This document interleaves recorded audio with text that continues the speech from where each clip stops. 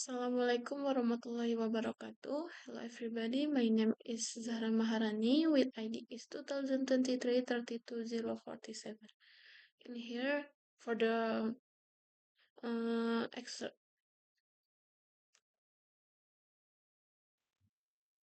in here for the material first is Jupyter notebook for the neural network. In this Jupyter notebook program, a series of steps are carried out to build a neural network model aimed at predicting diabetes based on patient symptom data. The process begins by importing several essential libraries, namely Pandas, NumPy, and Matplotlib. The Pandas library is used to read and manage data in a tabular format or data frame. NumPy is used for mathematical operation and array manipulation, and Matplotlib is utilized to create data visualizations such as graphs or charts. After that, the dataset is looked using the command pdread diabetes CSV, meaning the diabetes CSV file is read with a semicolon as the column separator. The data is then stored in the variable dataset and displayed for inspection. From the displayed result, the dataset contains various attributes such as age, gender, and clinical symptoms like polyuria, polydipsia, weakness, visual blurring, itching, and others, with the last column class indicating whether a person is diagnosed with diabetes or not. Next is this splitting data section. The dataset is divided into features or inputs and labels or outputs to prepare it for model training. The variable x contains all columns except for class. Using the command dataset drop class access1, meaning it holds all symptom-related attributes that will be used for prediction.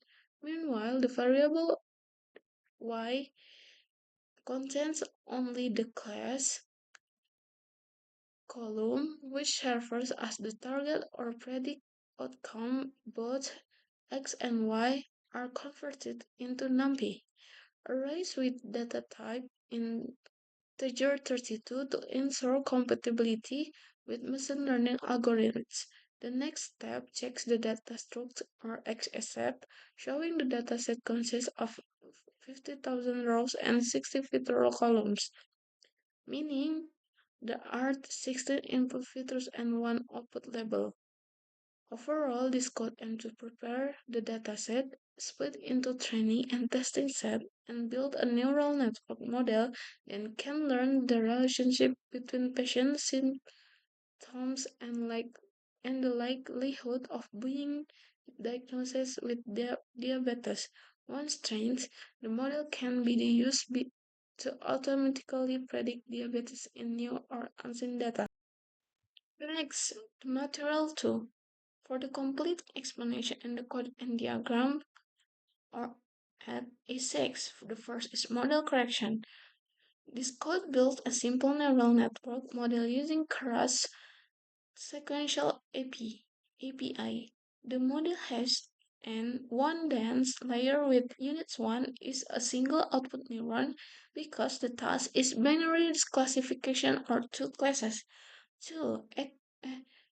And B. Activation sigmoid. This sigmoid activation function converts the neuron's output into a probability between 0 and 1.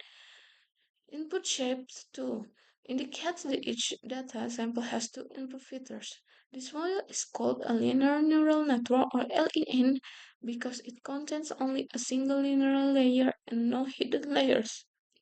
Moreover, it can only form a linear decision boundary to spread the two classes. 2. Model compilation. Of this section prepares the model before training. Optimizer Adam, an adaptive optimization algorithm that efficiently updates model weights, loss Binary coarse entropy is a loss function used for binary classification tasks and matrix accuracy. Measures how accurate the model prediction are during training and testing. The common model in class summary display the model architecture summary. It shows one dense layer with three parameters total. Two weak for the two input filters and one bias. 3. Model training.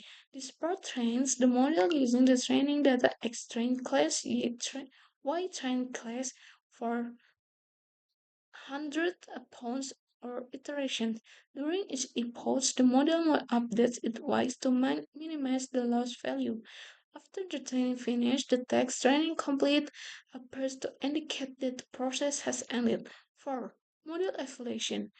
This could evaluate the trained model using test data. The results show a test accuracy of 10%, meaning the model only correctly predicts about 1 out of 10 samples.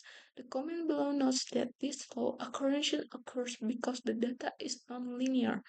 While the model itself is linear, therefore it cannot properly separate the classes. 5. Decision boundary visualization function. This function visualizes the decision boundary of the model and Boolean space are creates ably spans only along the x and y axis.